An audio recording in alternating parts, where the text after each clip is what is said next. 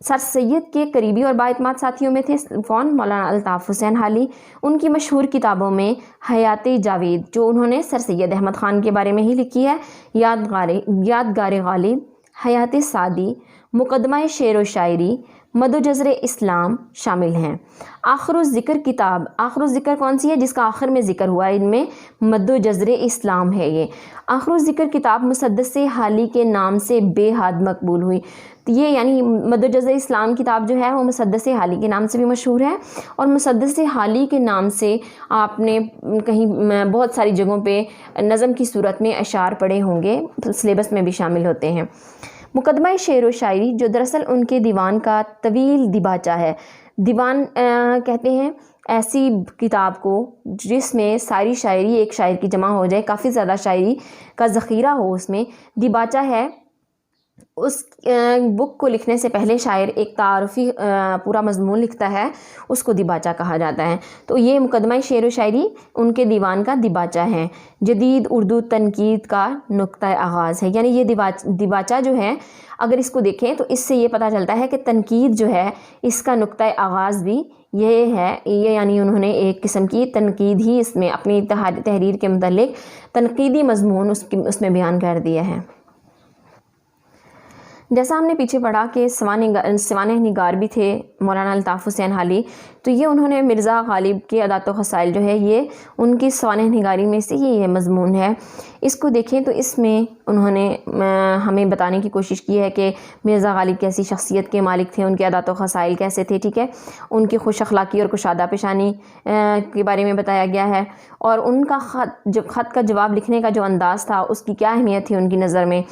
اس کے علاوہ بزرگوں کے بارے میں کہ ہم جان سکیں کہ وہ کتنے وزادار اور بامروت ہوتے ہیں، اور مختلف الفاظ و تراکیب ہیں۔ تو انشاءاللہ تعالیٰ یہ سارے مقاصد ہمارے مطالعہ کے دوران پورے ہوں گے۔ مرزا غالب کی اخلاق نہایت وسیع تھے، یعنی مرزا غالب بہت وسیع اخلاق کے مالک تھے۔ وسیع اخلاق کا مالک شخص کون ہوتا ہے؟ جس کے اندر مروت، لحاظ، دوسروں کا خیال بہت زیادہ ہوتا ہے۔ وہ ہر شخص جو ان سے ملنے جاتا تھا بہت کشادہ پیشانی سے ملتے تھے۔ آسان لفظوں میں دیکھیں تو جو بھی ان سے ملنے آتا تو اس سے بہت کشادہ پیشانی سے، خندہ پیشانی سے ملتے، خوش ہو کر ملتے، خوش دلی سے ملتے۔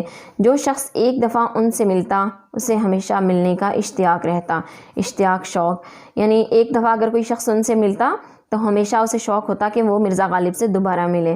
دوستوں کو دیکھ کر باغ باغ ہو جاتے، باغ باغ ہونا محاورہ ہے، خوش ہو جانا، بہت زیادہ خوش ہو جانا، اور ان کی خوشی سے خوش اور غم سے غمگین ہوتے تھے۔ اسی لیے ان کے دوست ہر مذہب اور ملت کے نہ صرف دلی میں بلکہ تمام ہندوستان میں بے شمار تھے۔ یہ مرزا کی خوش اخلاقی، ان کی کشادہ پیشانی کی وجہ سے تھا کہ ان کے ہندوستان میں سے کافی جگہوں سے دوست تھے، کافی شہروں سے لوگ جو تھے ان کے دوست تھے۔ یہ کہ صرف مسلمان مذہب سے نہیں، اپنے مذہب سے نہیں، ہر مذہب سے تھے، ہر ملت سے تھے، اور وہ ان کی خوشی میں خوش ہوتے تھے۔ جیسے اگر کوئی دوست خوش ہے، اسے خوشی ملی ہے تو مرزا بھی خوش ہو جاتے تھے۔ اسی طرح اگر کوئی غمگین ہوتا تو مرزا اس کا غم ضرور محسوس کرتے تھے۔ جو خطوط انہوں نے اپنے دوستوں کو لکھے ہیں ان کے ایک ایک حرف سے مہر و محبت، غم خواری و یگانگت ٹپکی پڑتی ہے۔ مہر و محبت خلوص، غم خواری و یگانگت، غم خواری غم بانٹنا، یگانگت قربت، قرابت داری، اتحاد و اتفاق یا رشتہ داری اس کو کہہ سکتے ہیں۔ تو انہوں نے جتنے بھی اپنے دوستوں کو خط لکھے ہیں ان سے یہ سارے جذبات جن کو ہم کہتے ہیں محبت کا جذبہ یا غم خواری کا یا یگانگت کا، وہ بہت زیادہ ظاہر ہوتا ہے۔ ہر ایک خط کا جواب لکھنا اپنے ذمے فرض عین سمجھتے تھے۔ مرزا جب بھی کسی کو خط لکھتے، اگر کوئی آپ کو خط لکھتا تو انہیں یہ اپنے ذمے مکمل فرض سمجھتے تھے۔ انہیں لگتا تھا کہ اب اس خط کا جواب دینا میرے اوپر فرض ہو گیا ہے، وہ ہر صورت اس کا جواب دیتے۔ ان کا بہت سا وقت دوستوں کو جواب لکھنے میں صرف ہوتا تھا، یعنی اپنے وقت کا زیادہ تر حصہ وہ اپنے دوستوں کی خطوط کا جواب لکھنے میں صرف کرتے تھے، خرچ کرتے تھے۔ ایسا ہوتا تھا کہ انہیں بہت زیادہ خطوط آتے تھے تو جیسے وہ اپنی شاعری میں، اپنی تحریروں میں ٹائم لگاتے تھے، اسی طرح ایک وقت جو تھا وہ مخصوص تھا کہ انہوں نے خط کے جواب دینے ہوتے تھے، کیونکہ ظاہر سی بات ہے وہ فرض سمجھتے تھے تو اس لیے خط کا جواب دینا بھی لازمی ہوتا تھا۔ بیماری اور تکلیف کی حالت میں بھی وہ خطوں کے جواب لکھنے سے باز نہ آتے تھے، یعنی اگر ان کی صحت خراب ہوتی، بیمار ہوتے، تب بھی وہ خط کا جواب لکھنے سے نہ رکتے، باز نہ آنا، نہ رکنا۔ وہ دوستوں کی فرمائشوں سے کبھی تنگ دل نہ ہوتے تھے، یعنی ہم ایسا ہوتا ہے کہ عام طور پر انسان سے دوست زیادہ فرمائشیں کریں تو وہ تنگ دل ہو جاتا ہے، تنگ آ جاتا ہے، لیکن مرزا کے ساتھ ایسا نہیں تھا۔ وہ اپنے دوستوں کے خطوط کا جواب بھی خوش دلی سے دیتے اور ان کی فرمائشیں بھی خوش دلی سے پوری کرتے۔ غزلوں کی اصلاح کے سوا اور طرح طرح کی فرمائشیں ان کے بعض خالص و مخلص دوست کرتے تھے، یعنی ایک شاعر جب بہت اچھے مرتبے تک پہنچ جاتا ہے، جب وہ اعلیٰ پائے کا شاعر بن جاتا ہے، تو وہ دوسروں کی غزلوں کی اصلاح بھی کرتا ہے۔ غزلوں کی اصلاح کا مقصد یہ ہوتا ہے کہ ان کو دیکھنا کہ آیا وہ ردیف اور قافیے کے ساتھ ٹھیک ہیں، ان کا وزن مناسب ہے، یہ ساری شعری اصطلاحات ہی ہیں۔ تو وہ اس شعری اصطلاحات کو مد نظر رکھتے ہوئے اپنے دوستوں کی غزلوں کی اصلاح کرتے تھے۔ تو اس اصلاح کے علاوہ بھی طرح طرح کی فرمائشیں ان کے بعض خالص و مخلص دوست کرتے تھے، اور وہ ان کی تکمیل کرتے تھے، یعنی مکمل کرتے تھے۔ ایسا نہیں تھا کہ وہ انکار کر دیتے ہوں، وہ ہمیشہ اس کو پورا کرتے تھے۔ لوگ ان کو اکثر بیرنگ خط بھیجتے تھے۔ بیرنگ خط کیا ہوتا ہے کہ اگر کوئی شخص کسی کو خط بھیجے اور اس پر اس کے فاصلے کے حساب سے یا اس کی جگہ کے حساب سے ٹکٹس لگنے ہوتے ہیں، اگر وہ ٹکٹس نہ لگائے تو جو ریسیور ہوتا ہے، جس کو خط ریسیو کرنا ہوتا ہے، اس کو کچھ فائن ادا کرنا ہوتا ہے، پیسے ادا کرنے ہوتے ہیں ان ٹکٹس کے بدلے، یعنی نہ لگی ہوئی ٹکٹس کی وجہ سے۔ تو اس طرح غالب کو بھی بہت سارے لوگ ایسا خط بھیجتے تھے جس پر بغیر ٹکٹ کے خط، اس کو بیرنگ کہتے ہیں، بغیر ٹکٹ کے خط، تو وہ بغیر ٹکٹ کے خط بھیج دیتے تھے۔ تو مرزا غالب کو کبھی ناگوار نہ گزرتا تھا، یعنی برا نہ لگتا تھا، یہاں پہ ہے نا، مگر ان کو کبھی ناگوار نہ گزرتا تھا۔ یہ کہ وہ دوستوں کی اس عادت کو بھی خندہ پیشانی سے برداشت کرتے تھے، انہیں یہ بات بری نہ لگتی۔ اگر کوئی شخص لفافے میں ٹکٹ رکھ کر بھیجتا تو سخت شکایت کرتے تھے۔ اب یہاں جو دوسری بات بیان کی گئی ہے یہ بالکل ہی اپوزٹ ہے اس کے، کہ جہاں کچھ لوگ بیرنگ خط بھیجتے تھے یعنی بغیر ٹکٹ کے، تو کچھ ایسے بھی تھے جو جوابی خط کے لیے، یعنی اگر مرزا غالب انہیں خط لکھیں تو واپس جب وہ بھیجے تو ان کو ٹکٹ نہ خریدنا پڑے، وہ اس لفافے میں ٹکٹ ڈال دیتے تھے۔ یہ بات بھی مرزا کو ناگوار گزرتی تھی۔ ان کا خیال تھا کہ یہ بھی بہتر نہیں ہے، بلکہ صرف اپنے لفافے پر ٹکٹ لگانا چاہیے، مرزا کے لیے جوابی خط کا ٹکٹ نہیں بھیجنا چاہیے۔ مروت اور لحاظ مرزا کی طبیعت میں بدرجہ غایت تھا، ٹھیک ہے۔ مروت اور لحاظ دونوں مترادفات ہیں، ایک دوسرے کے ہم معنی ہی ہیں۔ مروت کا مطلب بھی لحاظ یا رعایت ہے، اور لحاظ مرزا کی طبیعت میں بدرجہ غایت تھا، یعنی بہت زیادہ تھا۔ باوجود یہ کہ اخیر عمر میں وہ اشعار کی اصلاح دینے سے بہت گھبرانے لگے تھے، یعنی اس کے باوجود کہ آخری عمر میں اشعار کی اصلاح دینے سے انہیں گھبراہٹ ہوتی تھی، بہت زیادہ گھبراتے تھے، بائی ہمہ، لیکن اس ساری باتوں کے باوجود، بائی ہمہ کا مطلب ہے اس تمام کے باوجود یا ان سب باتوں کے باوجود، کسی کا قصیدہ یا غزل بغیر اصلاح کے واپس نہ کرتے تھے۔ قصیدہ ایک قسم کی نظم ہی ہوتی ہے جو کسی کی تعریف یا ہجو میں لکھی ہوتی ہے، ہجو کہتے ہیں برائی کو یا مذمت کو، یعنی ایسی نظم ہوتی ہے جو کسی کی برائی یا مذمت میں لکھی گئی ہو۔ تو وہ کسی کی بھی کوئی چیز بغیر اصلاح کے واپس نہ کرتے تھے۔ کیا وجہ تھی واپس نہ کرنے کی؟ کہ ان کے اندر مروت تھی، لحاظ تھا، وہ مروت اور لحاظ اڑے آ جاتا تھا۔ ایک صاحب کو لکھتے ہیں، جہاں تک ہو سکا احباب کی خدمت بجا لایا، احباب دوست، بجا لانا پوری کرنا، اور اوراق اشعار دیکھتا رہا۔ اوراق اشعار، اوراق جمع ہے ورق کی، ورق کہتے ہیں صفحے کو، تو اشعار کے اوراق دیکھتا رہا یعنی صفحے دیکھتا رہا اور اصلاح دیتا تھا۔ اب نہ آنکھ سے اچھی طرح سوجے دکھائی دے، یعنی اب نہ تو آنکھ سے اچھی طرح دکھائی دیتا ہے اور نہ ہاتھ سے اچھی طرح لکھا جائے۔ یہ اب انہوں نے اپنے ایک دوست کو لکھا ہے، جس سے اندازہ ہوتا ہے کہ وہ کس قدر مشکل میں ہیں، لیکن اس کے باوجود وہ دوستوں کے اصلاح کے جو کلام ہیں وہ واپس نہیں کرتے تھے۔ جو دوست اپنے کلام بھیجتے تھے کہ اس کو اصلاح کر دی جائے، وہ اسے واپس نہیں کرتے تھے۔ اگرچہ مرزا کی آمدنی قلیل تھی، یہ پیراگراف جو ہے آگے یہ ان کی فراخ دلی کے بارے میں ہے، اور ان کو دیکھیں کہ اگرچہ ان کی آمدنی قلیل تھی، تھوڑی تھی، مگر حوصلہ فراخ تھا، یعنی بہت زیادہ تھا، وسیع تھا۔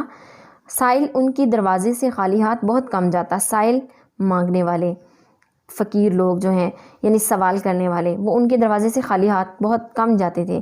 ان کے مکان کے آگے اندھے، لنگڑے، لولے اور اپاہج کہتے ہیں معذور کو، مرد عورت پڑے رہتے تھے۔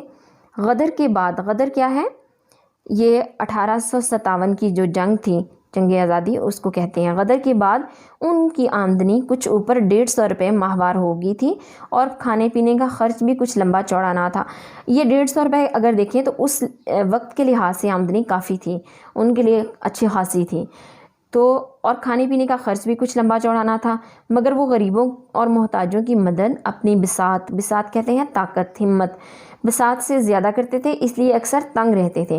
یہاں پہ ان عادات کے بارے میں بتایا گیا ہے کہ وہ کس طرح سے دوسروں کی مدد کرتے تھے، کیسے وہ اپنی قلیل آمدنی کے باوجود فراخی سے کام لیتے، دوسروں کے لیے ہمیشہ ان کے دروازے کھلے رہتے تھے۔ مرزا اپنے دوستوں کے ساتھ جو گردش روزگار سے بگڑ گئے تھے، گردش روزگار کا چکر، یعنی روزگار کے چکر میں بگڑ گئے تھے، بچھڑ گئے تھے، دور ہو گئے تھے ان سے، نہایت شریفانہ طور سے سلوک کرتے تھے۔ اس پیراگراف میں مرزا کا دوستوں کے ساتھ سلوک بیان کیا گیا ہے کہ مرزا کے جو دوست روزگار کی تلاش میں دوسری جگہوں پر چلے گئے تھے، دوسرے شہروں میں یا دوسرے ملکوں میں، ان کے ساتھ مرزا کا سلوک بہت زیادہ اچھا تھا، بہت شریفانہ تھا۔ دلی کے عمائد کہتے ہیں قوم کے سردار یا معززین۔ دلی کے عمائد میں سے ایک صاحب جو مرزا کے دلی دوست تھے، اور 1857 عیسوی کے بعد ان کی حالت سقیم ہو گئی تھی۔ سقیم کہتے ہیں خراب حالت کو۔ ایک روز چھینٹ کا فرغل پہنے، چھینٹ کہتے ہیں ایک بیل بوٹے دار کپڑا ہوتا ہے، فرغل کہتے ہیں روئی دار لبادہ، وہ پہنے ہوئے مرزا کے پاس آئے۔ تو مرزا کے وہ دوست، کیونکہ دلی دوست تھے، 1857 کی جنگ کے بعد بہت سارے لوگوں کی حالت خراب ہو گئی تھی، تو ان کی بھی مالی حالت بھی کافی خراب ہو گئی، تو مرزا سے ملنے آئے۔ مرزا نے کبھی ان کو مالیدہ یا جامہ وار وغیرہ چوکوں کی سوا حقیر کپڑا پہنے نہیں دیکھا تھا۔ یہ مالیدہ یا جامہ وار یہ اچھے کپڑوں کی قسمیں ہیں، تو ان کے علاوہ کبھی انہیں ایسا حقیر کپڑا یعنی کمتر کپڑا پہنے ہوئے نہیں دیکھا تھا۔ تو چھینٹ کا فرغل ان کے بدن پر دیکھ کر دل بھر آیا۔ ان سے پوچھا، یہ چھینٹ آپ نے کہاں سے لی؟ مجھے اس کی وضع بہت ہی بھلی معلوم ہوتی ہے۔ وضع شکل یا اس کو دیکھ کر بہت اچھا لگتا ہے، تو آپ مجھے بھی فرغل کے لیے یہ چھینٹ منگوا دیں۔ یہ ایک انداز تھا مرزا کا۔ دیکھیں، کسی دوست کو اگر کوئی چیز دینی بھی ہو اور اس کی عزت نفس مجروح کیے بغیر دینا، یہ مرزا غالب نے بہت اچھے طریقے سے کیا۔ انہوں نے کہا، یہ فرغل آج ہی بن کر آیا ہے، میں نے اسی وقت اس کو پہنا ہے، اگر آپ کو پسند ہے تو یہی حاضر ہے۔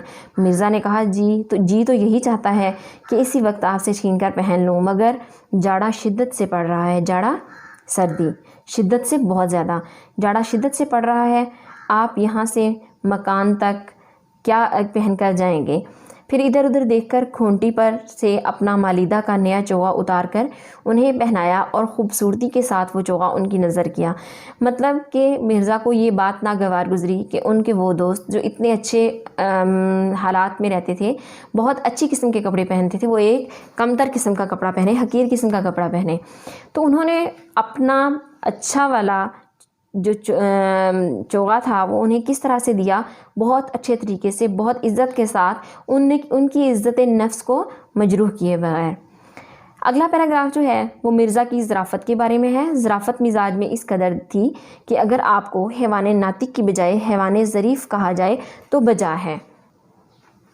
حیوان ناطق مراد بولنے والا جانور، اسے اس انسان کو کہتے ہیں۔ حیوان ظریف لطیفہ گو جاندار یا خوش طبع انسان۔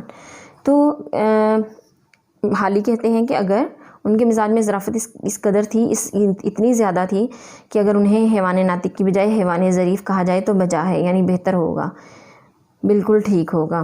ایک دفعہ جب رمضان گزر چکا تو قلعے میں گئے۔ بادشاہ نے پوچھا، مرزا تم نے کتنے روزے رکھے؟ عرض کیا، پیر و مرشد ایک نہیں رکھا۔ مراد یہ تھی کہ ایک بھی نہیں رکھا، لیکن پرمزاح انداز میں یا ایسی بات کی کہ جس کو کوئی سمجھ نہ سکے، ہر کوئی اپنی سمجھ کے مطابق اس کو سمجھے گا۔ کچھ لوگ سمجھیں گے شاید ایک نہیں رکھا، ٹھیک ہے، تو ایسی بات کی انہوں نے جس میں مزاح کا پہلو تھا۔ ایک دن نواب مصطفیٰ خان کے مکان پر ملنے کو آئے۔ ان کے مکان کے آگے چھاتا چھتا تاریک تھا، جب چھتے سے گزر کر، چھتا کہتے ہیں اوپر جو چھت تانی ہوئی ہوتی ہے، اس کی وجہ سے تاریکی تھی بہت زیادہ، ٹھیک ہے۔ جب چھتے سے گزر کر دیوان خانے کے دروازے پر پہنچے تو وہاں نواب صاحب ان کو لینے کے لیے کھڑے تھے۔ مرزا نے ان کو دیکھ کر یہ مصرع پڑھا: آب چشمہ حیوان درون تاریک ست۔ یہاں اس سے مراد یہ ہے کہ آب حیات اندھیرے میں ہے۔ آب حیات انہوں نے نواب صاحب کو کہا، تو ان سے یہ کہا کہ مطلب آب حیات اندھیرے میں ہے۔ یہ ایک مزاحیہ انداز تھا ان کا۔ جب دیوان خانے میں پہنچے تو ان کے دالان میں بسبب مشرق رویا، یعنی سبب وجہ سے، ساتھ یا سے وجہ سے مشرق رویا، مشرق کی طرف ہونے، یعنی مشرق کی طرف دالان کا رخ ہونے کے دھوپ بھری ہوئی تھی۔ مرزا نے وہاں یہ مصرع پڑھا: ای خانہ ہما آفتاب است، یعنی یہ گھر تو سارے کا سارا سورج ہے۔ مطلب یہ کہ دونوں جگہ پہ واقعات اور حالات کی مناسبت سے انہوں نے فارسی کے اشعار کے مصرے پڑھے۔ ایک صحبت میں مرزا میر تقی میر کی تعریف کر رہے تھے۔ صحبت، محفل، مرزا میر تقی میر کی تعریف کر رہے تھے۔ مرزا سے مراد مرزا غالب ہیں۔ شیخ ابراہیم ذوق بھی موجود تھے۔ انہوں نے سودا کو میر پر ترجیح دی، یعنی شیخ ابراہیم نے میر کی بجائے سودا کو ترجیح دی۔ یہ دونوں شاعر ہیں، میر تقی میر، ٹھیک ہے، اور سودا۔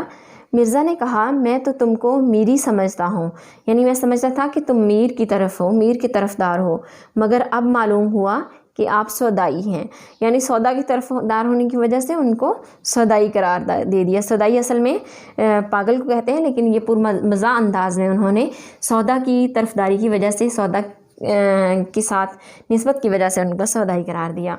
باوجود یہ کہ مرزا کی آمدنی اور مقدور بہت کم تھا، مگر خودداری اور حفظ وضع کو وہ کبھی ہاتھ سے نہ جانے دیتے تھے، یعنی ان کے اندر یہ تھا کہ خودداری بہت زیادہ تھی، اور حفظ وضع کو وہ کبھی بھی اپنے ہاتھ سے، مقدور کہتے ہیں بساط کو، آپ کی طاقت بس بساط کتنی ہے، ٹھیک ہے۔ خودداری اور حفظ وضع کا مطلب ہے یہ مطلب کہ غیرت، عزت نفس وغیرہ اس کو کبھی ہاتھ سے نہ جانے دیتے تھے۔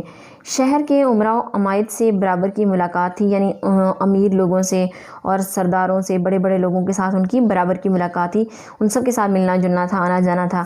کبھی بازار میں بغیر پالکی یا ہوادار کے نہ نکلتے تھے۔ یہ سواریاں تھیں اس وقت کے لحاظ سے بہت اچھی سواریاں تھیں، پالکی اور ہوادار وغیرہ۔